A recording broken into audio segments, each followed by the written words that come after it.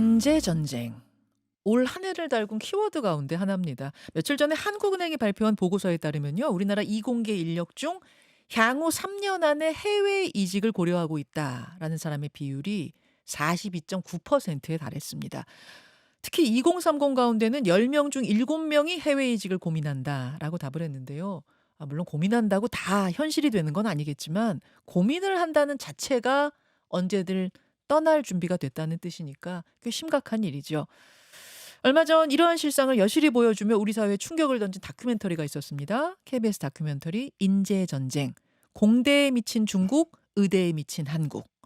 자, 이 프로그램의 PD 정용재 PD 오늘 만나보죠. 정 PD님 어서 네, 오세요. 안녕하세요. 다큐멘터리로 방영됐던 내용을 책으로 묶어서 내셨다고요. 예, 맞습니다. 얼마 예. 전에 나왔습니다.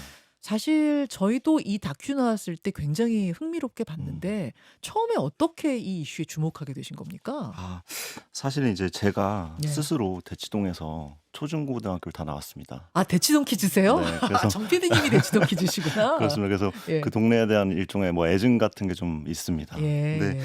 제가 이제 고등학교를 다니던 15년 전에는 사실 다 골고루 분배가 돼 있었던 것 같아요. 그러니까 다들 내가 가고자 하는 학과들이 다 되게 다양했고, 그렇지. 물론 그때도 의대가 인기가 많긴 했지만 네. 뭐 문과가 일단 되게 많았고요. 뭐 음. 다 골고루 분포가 돼 있었는데 특히 이제 그래서 간판들을 보다 보면 뭐 스카이반, 뭐 선행학습반 요 음. 정도가 이제 지배적이었습니다. 근데 예.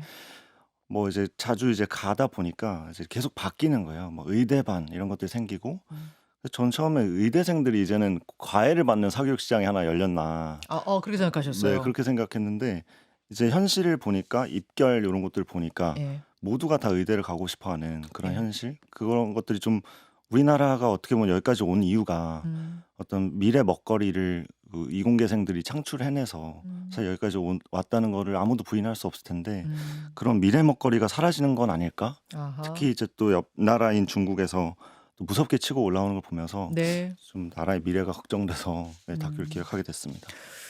우리의 현실과 중국의 현실이 너무 다르다라는 생각을 하면서 중국은 어떻게 저렇게 무섭게 이 공학을 발전시키지? 여기에 이제 주목하게 되셨다는 말씀인데요. 네.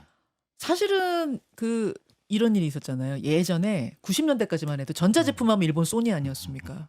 근데 어느 날 우리나라가 치고 나갔어요. LG전자, 삼성전자. 디지털 시대를 맞이하면서 마치 지금 그런 비슷한 일이 중국이 우리나라를 치고 나오는 그런 일이 벌어지고 있다. 이렇게 보시는 거예요?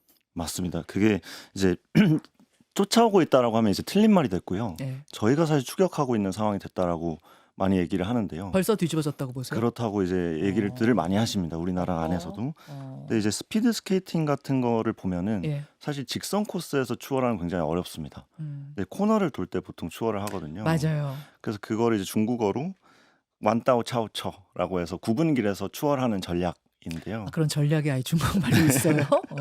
그래서 우리가 그때 말씀하신 것처럼 영원히 따라잡을 수 없었을 것 같은 소니를 이제 삼성이 따라잡았던 이유는 디지털 시대로 이행할 때 먼저 우리가 가 있었기 때문. 아. 그거랑 똑같은 거를 지금 중국이 하고 있습니다. 예를 들어서 제가 이제 갔을 때 예. 신용카드도 필요가 없고요. 뭐 현금은 당연히 필요가 없었습니다. 그러니까 다 모바일 QR 결제를 하거든요. 우리도 뭐 휴대폰으로 무슨 페이 결제합니다만 여전히 신용카드 많이 쓰고 현금도 꽤 쓰는데 맞습니다. 중국 아예 안 써요, 그걸? 아예 안 씁니다. 그래서 보통 해외 취재 가면 제가 환전을 해가는데 예. 환전을 아예 안 해갔어요. 예, 헤어지 말라고 해서 해오지 말라고 할 정도예요? 필요가 없으니까. 그러니까 이제 신용카드의 시대를 건너뛰고 예. 바로 모바일 결제로 간다든지, 와. 아니면 이제 내연기관 잘 못 만드는 내연기관 아예 건너뛰어버리고 예. 바로 전기차로 간다든지, 음흠. 그런 전략으로 이제 계속 신흥 산업에 투자를 하면서 세계 시장 점유율을 높이고 있는 것이죠. 속도가 엄청나게 빠르군요. 그렇습니다. 신용카드 단계를 건너뛰었어요. 거의 뭐 건너뛰었다고 지금 평가되고 있습니다. 그러니까 요게 이제 한 예를 들어 주신 건데 이 정도로 중국은 무섭게 굉장히 빠른 속도로 지금 발전하고 있단 말씀. 자, 중국에서 이제 곳곳을 취재하면서 충격적이었던 장면들이 꽤 있었다고 제가 들었습니다. 어떤 것들 기억나세요? 맞습니다. 사실 너무 많아서 어떤 너무 걸 꼽아야 될지 모르겠지만, 예. 뭐 아까 말씀드렸던 이제 그 QR 결제도 그렇고요. 예.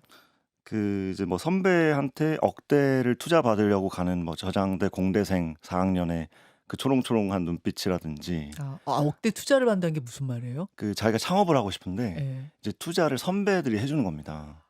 너 해봐 이렇게 네. 이거 그래서 연구해봐 네, 개발해봐. 취업하지 말고 그 유학가지 말고 넌 창업을 해야 돼 해서 창업을 하러 돈까지 대줍니다, 선배들이. 예, 세상에. 그런 시스템도 마련이 돼 있고 예. 또 이제 학교 현장, 교육 현장에서는 예. 또 전교 1등 친구가 당연히 모두의 의심도 없이 그냥 물리학과를 당연히 지망하는 네, 그런 현장. 그리고 어. 그 고등학교 안에서도 한 40명만을 뽑아서 예. 운영하고 있는 소수방 교실. 그다음에 학교가 엄청 크거든요. 예. 1층 로비에 가면 이제 올해의 학생 이렇게 붙어 있습니다. 그래서 음. 그 안에서도 경쟁을 계속 유도하는 뭐 그런 현장이라든지 뭐 어. 여러 충격적인 현장들이 있었지만 사실 가장 좀 기억에 남고 잔상이 오래 남는 현장은 예. 그 중국으로 넘어간 한 석학 교수님의 삶이었던 것 같아요. 우리나라에서 중국으로 간 그러니까 네. 한국인 석학 교수. 맞습니다. 지금 뭐 중국의 4대 명문이라고 불리는 음. 푸단대의 이제 석좌 교수로 임명이 되셨는데 예. 한때 우리나라의 물리학회 회장도 지내셨던 어. 그 SCI급 논문이 한 700개가 넘게 어. 되는 그 교수님이 우리나라에서 저희가 만나볼 수 있었던 게 아니라 예. 중국에서 만나볼 수 있었다는 게 좀 충격적인데 어. 거기서 이제 5성급 스위트룸, 5성급 호텔에 예. 스위트룸에서 이제 머물면서 그 위에 맨 꼭대기에 이렇게 뷔페가 있거든요. 예. 예. 거기를 거의 이제 본인 것처럼 사용하시는 예, 그 아니 정도. 그러니까 집이 5성급 호텔인 거예요? 맞습니다, 맞습니다. 5성급 호텔에 살면서 뷔페 먹으면서 네. 와. 그래서 거기 있는 모든 직원들이 다 이제 그 교수님을 아시고 교수님의 한마디 하시면 이제 세상에. 거기에 다 따르는 그런 분위기. 그래서 그 정도의 특급 대우를 받으면서 기업에서 내려간 거예요? 아니면 뭐 아니면 중국 대학에서 대학에서 예. 내려간 거예요? 심지어? 맞습니다. 그래서 와. 이제 그런 걸 보니까 사실 너무 행복해 보이셨어요. 그러니까 정년 이후에도 계속 본인이 쌓아왔던 걸 할 수 있고 그리고 이제 여전히 또 노벨상 수상을 목표로 하시는 그 정도의 왕성한 활동을 하시는 그 무대가 예. 우리나라가 아니라 중국이라는 거 우리가 참 잡지 아. 못했던 지켜주지 못했던 그런 것들이 좀 씁쓸하게 남았습니다. 진짜 충격적이네요. 예. 진짜 충격적이네요. 그 인재유출 얘기 뭐 흔히들 합니다만 이런 예시를 들으니까 정말 충격적인데 이렇게까지 과학기술에 쏟아붓는 음. 중국이 쏟아붓는 이유는 뭔가요?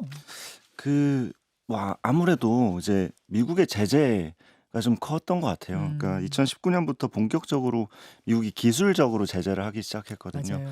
특히 이제 선진국의 가장 발전된 수준의 어떤 반도체라든지 예. 소프트웨어 같은 것들을 이제 중국에 팔기가 좀 어려워지면서 이제 이렇게 있다가는 우리가 G2 경쟁에서 완전히 밀리고 도태될 수 있겠다라는 위기의식이 좀 현장에서도 많이 느껴졌습니다. 지금도 보면은 엔비디아의 그 칩을 음, 미국에서 중국으로 못 보내잖아요. 맞습니다. 하나도 못 팔잖아. 팔고 싶어도 못 파는 네, 거잖아요. 그렇습니다. 그런 게 이미 일찌감치 시작됐고 맞습니다. 중국은 거기에 대해 대비한 거군요. 그렇습니다. 예. 근데 그래서 그거 이후에 이제 이렇게 쏟아부었나? 하고 이제 통계를 보니까 그렇지는 않았어요. 그러니까 이거를 마치 예견이라도 한 듯이 거의 한 20년 전부터 이 기술 독립을 하지 않으면 우리가 살아남을 수 없다. 예. 그저 제조업만 해서는 안 된다 해서 R&D 예산을 그 G2 국가의 국방비의 한 2배 정도를 지금 쏟아붓고 있었고 국방비의 2배가 연구개발비예요? 그렇습니다. 그게 정말 충격적이죠. 와 대단하네요. 네. 진짜 대단하네요. 그리고 이제 투자하는 것에 끝나지 않고 예. 이제 모든 산업계와 학계 모두가 이제 연동돼서 한 몸처럼 움직이는 이 거국 동원 정책이라고 하는데 예. 그렇게 한 몸처럼 움직이는 게 더 무서웠습니다. 그래요. 반대로 우리나라 현실을 좀 보죠. 네. 우리나라는 언젠가부터 공대가 인기가 없어요. 이제 음. 입학 성적 순으로 상위 20개 전공을 뽑아보면 모두 다 의치 약한 수. 의대, 치대, 한의대, 약대, 수의대, 소위 메디컬 학과들이 다 차지하고 있습니다. 그리고 고교에서 전교권 등수에 드는 아이다 하면은 당연히 의대를 쓰는 문화가 자리 잡아버렸는데 실제로 가보니 그렇던가요? 고등학교 가보셨어요? 네, 그 이제 국내 의대 취재는 네. 이제 선배 PD인 이백 신현주 PD가 맡아줬는데요. 네. 사실 뭐 대치동 문화에 너무 익숙한 저로서 말씀을 드리면 네. 제일 사실 뭐 의대반 같은 거는 사실 몇 년 전부터 있었으니까 근데 사실 제일 충격적이었던 건 저희 책에도 나오지만 웩슬러 지능검사라는 거였습니다. 지능검사? 네, 그러니까 아주 어린 아이, 거의 예. 미취학 아동들을 대상으로 해서도 예. 이제 내 아이가 의대를 갈 수 있는 머리인가 아닌가, 혹은 내 아이가 문과 성향인지 이과 성향인지 이런 거를 이제 검사를 하는 게 있는데 이게 예. 거의 수십만 원에서 풀코스로 받으면 100만 원에 육박하는 오. 테스트입니다. 예. 이게 사실은 이런 용도로 원래 만들어진 게 아니라 예. 어떤 그 사고의 피해자나 가해자의 정신적 어떤 발달 정도를 측정하기 위해서 만들어진 거거든요. 예, 예. 이게 이렇게까지 이제 변형되어서 보편화됐다는 거. 이게 이제 지금의 현재 의대 쏠림 현상의 어떤 가장 좀 단면이네요, 충격적인 진짜. 단면이 아닐까. 초등학생들이 수백만 원, 그러니까 100만 원에 이르는 그런 검사를 네. 받으면서 네. 얘는 의대를 갈 수 있나 없나를 미리 봐요. 네, 그래서 얘는 그 이공계에 적합한 머리다. 예. 그리고 특히 이 정도면 의대를 갈 수 있다라고 하면 부모님들이 너무 좋아하신다고. 하하. 예. 그리고 나서 이제 고등학교에 가면은 전교 1, 2, 3등이면 당연히 의치 약한 수중에 쓰는 거지. 이제 이렇게 되는 문화가 됐다는 말. 그렇죠. 당연한 거예요, 요새? 그렇죠. 사실 입시 결과가 알려주고 있고 좀 이런 얘기를 사실 이런 그 방송에서 하고 싶지 않지만 의대를 가야 정말 입시에서 성공했다. 예, 뭐 이런 분위기가 많고 이제 수능 만점을 받아도 예. 이제 그래서 공대를 쓰신 이제 친구가 있는데 예.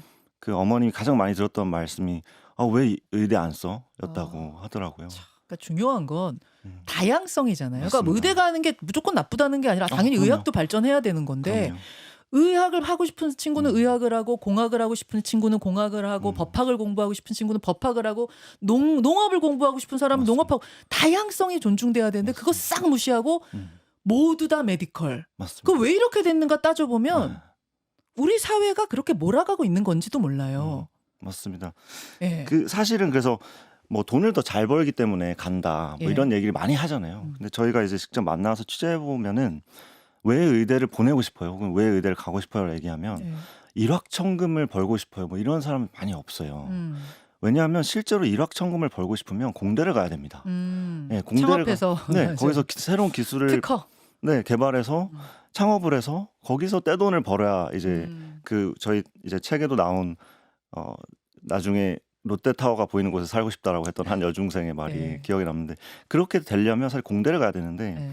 그렇지 않고 의대를 선택하는 이유는 그 키워드 가장 핵심 키워드는 불안과 안정이었습니다. 아. 네, 그러니까 특히 우리나라처럼 어떤 대학의 그치. 그 합격증이 뭐 도전의 시작점이 아니라 12년간 내가 갈고 닦았던 걸 보상받는다는 어떤 문화 이 속에서는 이제 그 의대를 가면 확실한 그 지속적인 고수익의 어떤 안정성, 요게 이제 확실한 선물 상자가 이제 나한테 주어지는 거고. 마찬가지로 약대도 그렇고요. 그렇습니다. 자격증인 거죠. 맞습니다. 그거는 문과에서 학생들이 다 로스쿨 가려고 하는 것도 네, 비슷한 비슷합니다. 거죠. 예. 예. 근데 이제 공대를 가면 계속 20대 초반부터 정년이 끝날 때까지 계속 도전이 앞에 있는 예. 그냥 어떻게 보면 랜덤 박스가 그렇지. 주어지는 거거든요. 그래서 그렇지. 지금 공대를 선택하는 인재들이 의대를 못 가서 공대를 갔다 뭐 이렇게 이제 잘못 오해하고 계신데 사실은 반대로 의대를 선택하는 친구들이 이 공대의 불안함을 피해서 오히려 의대를 선택하는 게 더 맞다라고 말씀을 드리고 싶습니다. 아, 굉장히 본질적인 얘기인데 그러면 의대 가지 마. 1, 2, 3등 다 가지 말고 싹 공대 써. 이렇게 할 수는 없는 것이고 그게 저희 기획 의도도 아니고요. 다양성을 존중하는 사회, 특히 공대가 푸대접받지 않는 사회가 되기 위해서 우리가 그럼 뭘 만들어서 유도해 줄 것인가, 자발적으로 오게 할 것인가, 어떤 해법 찾으셨어요? 그러니까 사실은 이제 이영백 교수님 그 푸단대로 넘어가셨던 교수님도 똑같이 말씀하시는데 돈이나 이런 것도 당연히 중요하지만 연구 환경도 중요하지만 예. 이 과학자를 얼마나 우대하는 사회인가 이게 사실 굉장히 관건인 것 같아요. 그래서 뭐 이제 저번에 인터뷰하셨던 이상엽 연구부 예, 저 청장님도 인터뷰했어요. 말씀하셨지만 사실 중국은 이 과학 기술인들이 우리나라 그 자국의 발전에 기여한다라는 것에 대해서 국민적인 어떤 여론적인 합의가 있고 그래서 이들에게 뭐 예를 들어서 이런 겁니다. 그 중국의 가장 최고의 우대를 받는 과학기술인인 원사들은 그 공항에서 수속 밟을 때 줄을 안 선다 그래요. 아, 그런 대접을 해주는구나. 예, 그러니까 그런 것도 아주 사소하지만 그런 어떤 존중들이 모두가 합의된 상태에서 이루어지고 있고 그런 것들이 좀 이제 지속이 돼야 예, 좀 우리나라도 어떤 학생들이 이공계를 꿈꿀 때 좀 마음 놓고 꿈꿀 수 있지 않나라는 것이 네, 좀 필요할 것 같습니다. 좋은 말씀이네요. 우리를 한번 돌아보면 우리 안에서 어떤 생각을 하고 있는 것인가? 정말로 음. 존중하고 그들이 자부심을 가지고 연구 활동을 할 수 있게끔 우리가 뒷받침하고 있는 것인가에 대해 네. 자성해 봐야 되는 시간이라는 말씀. 맞습니다. 오늘 굉장히 큰 화두 던져 주셨어요. 네. 예. 정 PD님 고맙습니다. 예, 감사합니다. 김현정의 뉴스쇼는 시청자 여러분의 참여를 기다립니다. 구독과 좋아요, 댓글 잊지 않으셨죠? 알림 설정을 해두시면 평일 아침 7시 10분 실시간 라이브도 참여하실 수 있습니다.